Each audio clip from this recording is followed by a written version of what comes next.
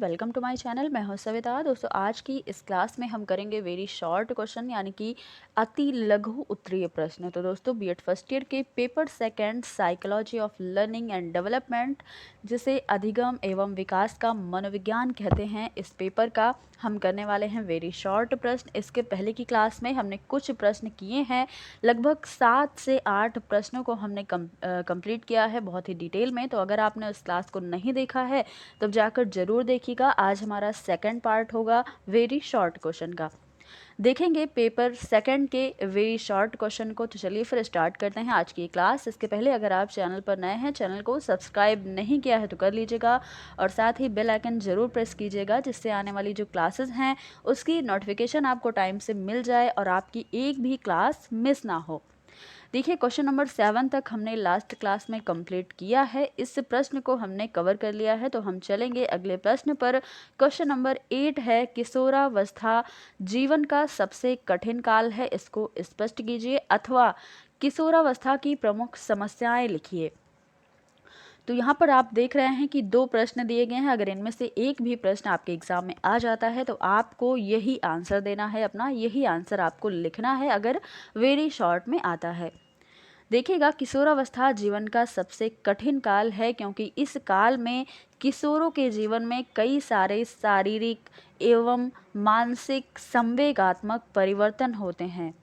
Stanley hall ने कहा है कि किशोरावस्था बड़े संघर्ष एवं तनाव या विरोध की अवस्था है। देखिए, ये जो स्टेटमेंट दिया गया है, ये डेफिनेशन बहुत ही ज़्यादा इम्पॉर्टेंट है। कह सकते हैं अगर आप बीएड कर लेते हैं, उसके बाद जब आपको यूपी टेट या सी टेट का एग्ज़ाम देना होगा, उस एग्ज़ाम के लिए भी आपके ये डेफिनेशन बहुत ही ज़्यादा इम्पॉर्टेंट है।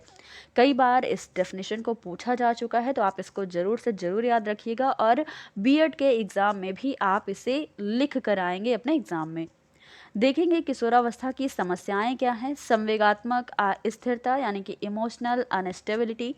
किशोरों में यह समस्या बहुत ज़्यादा पाई जाती है कि वो उन्हें जो भी संवेग हैं, भय, क्रोध, प्रेम, इस तरह के संवेग हैं, उन पर वह नियंत्रण नहीं कर पाते, कंट्रोल नहीं कर पाते अपने आप को। कहीं भी उनको छोटी छोटी बातों पर गुस्सा आ जाता है या फिर किसी से भी प्रेम हो सकता है। तो इस तरह के संवेग वो अब कंट्रोल नहीं कर पाते, उस पर संवेगात्मक अस्थिरता होती है। काम संबंधी समस्याएं हुई है यानी कि सेक्स रिलेटेड प्रॉब्लम भी होती है। किशोरा अपराध की प्रवृत्ति का विकास होता है, यानी कि किशोरों में अपराध करने की क्षमता विकसित हो जाती है, वह कानून के विरुद्ध जाकर भी अपना कार्य कर सकते हैं। तो इस तरह की समस्याएं आती हैं किशोरों के अंदर।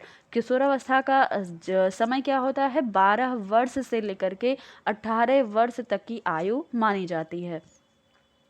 तो ये देख लिया आपने इस प्रश्न को। अगला प्रश्न देखिएगा, किशोरावस्था की विशेषताओं का वर्णन कीजिए। किशोर में प्रेम, दया, क्रोध, सहानुभूति आदि तरह के संवेग स्थायी रूप धारण कर लेते हैं, लेकिन वह इस पर नियंत्रण नहीं रख पाते, यानी कि किशोर क्या करते हैं, इसको कंट्रोल नहीं कर पाते। किशोर की शारीरिक शक्ति की जैसे सबल और स्वस्थ किशोर में संवेगात्मक स्थिरता होती है और निर्बल और अस्वस्थ किशोर में संवेगात्मक अस्थिरता पाई जाती है।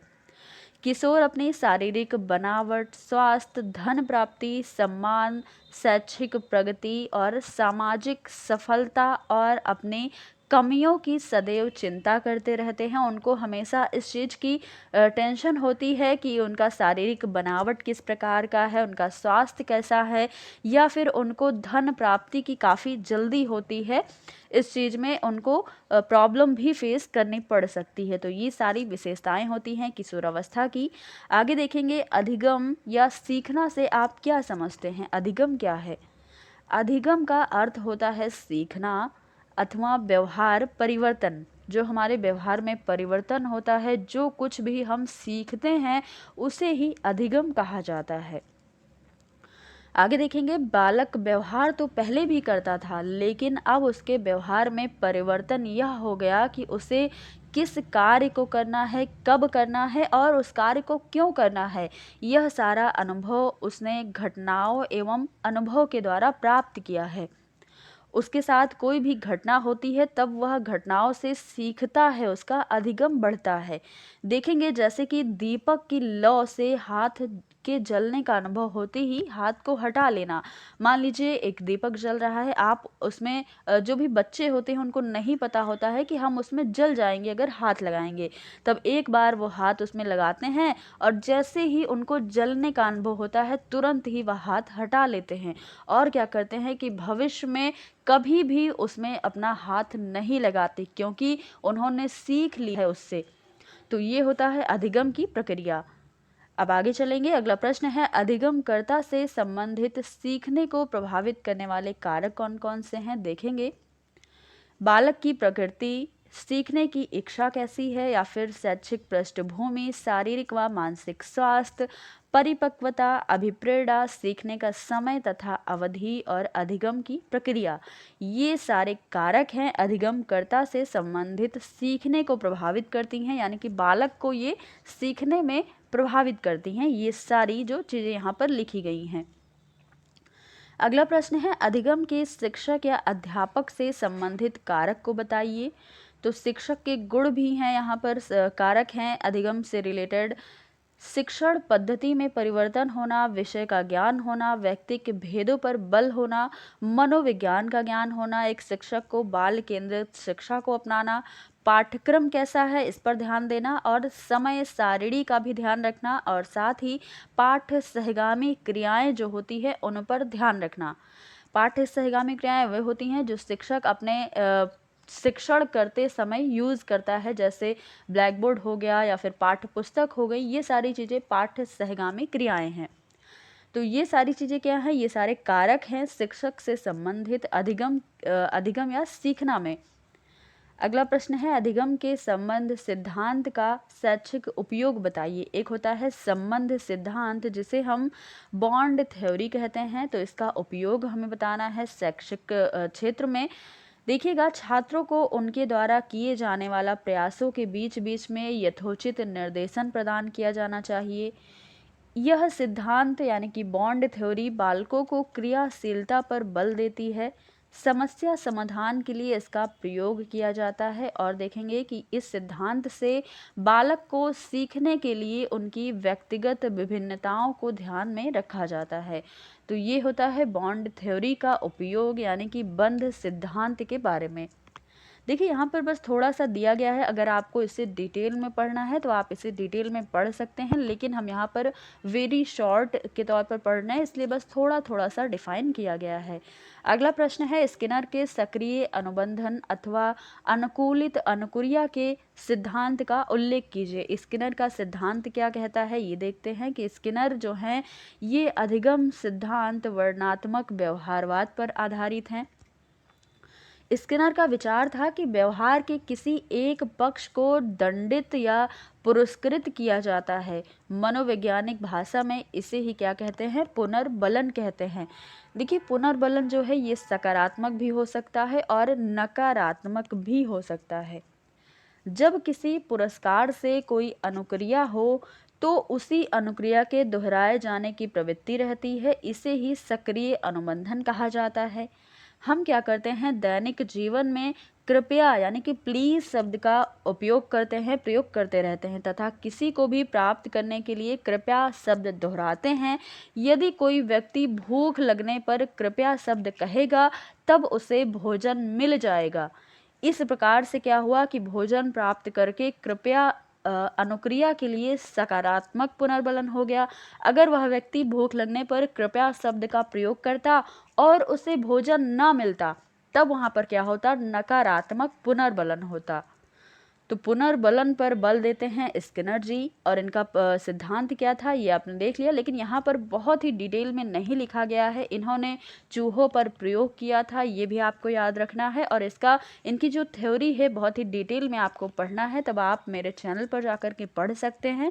लेकिन यहाँ पर फिर भी हमने कुछ डिफाइन करने की कोशिश करी है, थोड़ा सा लॉन्ग किया है इसे, लेकिन आपको इतना अपने एग्जाम में वेरी शॉर्ट के लिए नहीं लिखना है, बस आपको थोड़ा सा इसको डिफाइन करना है। आगे चलेंगे। अगला प्रश्न है, अभिप्रेरणा के स्रोत कौन कौन से हैं, देखेंगे। देखिए ये जो प्रश्न है ये बहुत ही शॉर्ट में लिखा गया है, लेकिन आपको क्या करना है, अपने एग्जाम में थोड़ा सा बढ़ा चढ़ा कर लिखना है। आवश्यकता इसके स्रोत है चालक या अंतर्नोद या और क्या है, उद्दीपन। देखिए अगर आप अभिप्रेरित होते हैं किसी भी कार्य को करने के लिए, तब आपको आवश्यकता होगी। मान लीजिए कि आपको जॉब की आवश्यकता है या फिर आपको नौकरी चाहिए, उसके लिए आप अभिप्रेरित हैं, आप मोटिवेट हैं, तो मान लीजिए कि आपको आवश्यकता है तभी तब आप मोटिवेट हैं। और ड्राइव क्या है, ड्राइव वह चीज़ है जब आप उस आवश्यकता, जो आपको आवश्यकता है यानी कि नौकरी को पाने के लिए आप प्रयास कर रहे हैं, वो आपका जो प्रयास करना है वो ड्राइव है। उद्दीपन क्या है, जब आप उसके लिए बहुत ज़्यादा उद्दीप्त रहें, आप मन लगा करके अपनी तैयारी कर रहे हों, तब वहाँ पर आपका उद्दीपन है। जो सोर्स आप उपयोग कर रहे हैं उसके साथ, और फिर जब आपको उसका अराउजल हो जाएगा यानी कि जब आपको नौकरी मिल जाएगी, फिर आपकी ये जो अभिप्रेरणा है, आपकी मोटिवेशन है आपकी, वो कम हो जाएगी। ये जो साइकिल है ये ऐसे ही चलती रहती है। जब आपको आवश्यकता होती है आप अभिप्रेरित होते हैं, फिर उसके लिए आप ड्राइव रहते हैं। इसी तरीके से ये साइकिल चलती रहती है। तो ये आपको याद रखना है, इसके ये स्रोत हैं। अगला प्रश्न है, प्रेरक कितने प्रकार के होते हैं। तो दोस्तों प्रेरक दो प्रकार के होते हैं, एक होता है आंतरिक प्रेरक और एक होता है बाह्य प्रेरक। आंतरिक प्रेरक जो व्यक्तिगत होता है, जैविक होता है, प्राथमिक प्रेरक होता है और यह जन्मजात प्रेरक होता है। बाह्य प्रेरक क्या होता है, सामाजिक होता है, मनोवैज्ञानिक होता है, द्वितीयक प्रेरक होता है और इसे अर्जित किया जाता है समाज में रहकर। लेकिन आंतरिक प्रेरक क्या है, ये जन्मजात है, जन्म से ही हमारे अंदर ये होता है। जैसे भूख लगना, प्यास लगना, आराम करना, नींद, प्यार, क्रोध, ये सारी चीज़ें क्या हैं, ये सारी चीज़ें जन्म से ही हमारे अंदर होती हैं। लेकिन सुरक्षा करना किसी चीज़ की, और जिज्ञासा, प्रदर्शन या दिखावा करना, सामाजिकता की भावना, ये तब हमारे अंदर आती हैं ये भावनाएं जब हम समाज से मिलते जुलते हैं, यानी कि ये हमने अर्जित किया है समाज से। तो ये होता है बाह्य प्रेरक और ये होते हैं आंतरिक प्रेरक। अगला प्रश्न देखिएगा, सूझ तथा अंतर्दृष्टि द्वारा सीखने का अर्थ स्पष्ट कीजिए।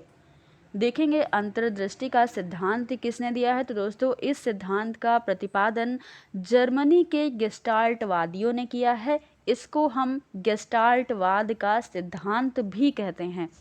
इसके मुख्य प्रवर्तक कोहलर मनोवैज्ञानिक हैं। इनका विश्वास था कि व्यक्ति जो कुछ भी सीखता है वह प्रश्न व त्रुटि के द्वारा नहीं बल्कि अंतर्दृष्टि व सूझ के द्वारा सीखता है। व्यक्ति जब किसी परिस्थिति या समस्या के सभी अंगों के पारस्परिक संबंध को भली भांति समझ लेता है, जान लेता है और उस पर तर्क वितर्क के द्वारा अपने निष्कर्ष पर पहुंचता है, तब उसी को हम सूझबूझ के द्वारा सीखना कहते हैं। कोहलर ने सुल्तान नाम के चिंपैंजी पर अपना प्रयोग किया था, ये आपको याद रखना है। तो दोस्तों इसे हम कहते हैं अंतर्दृष्टि या सूझ का सिद्धांत, जिसे कोहलर के द्वारा प्रतिपादित किया गया था। और इनके जो साथी थे वे गेस्टाल्टवादी थे और कहाँ के थे, जर्मन के रहने वाले थे, यानी कि जर्मनी के। तो दोस्तों ये हमारा आज के जो भी प्रश्न थे हमने कंप्लीट किया है। अगली क्लास में हम और भी क्वेश्चन करेंगे। तो दोस्तों आज की अगर क्लास आपको पसंद आई, यहाँ से अगर आपको ज़रा से भी हेल्प मिलती है तो आप इसको ज़्यादा से ज़्यादा लाइक शेयर करिएगा और चैनल पर नए हैं तो चैनल को सब्सक्राइब जरूर कर लीजिएगा। फिर मिलेंगे अगली क्लास में। धन्यवाद।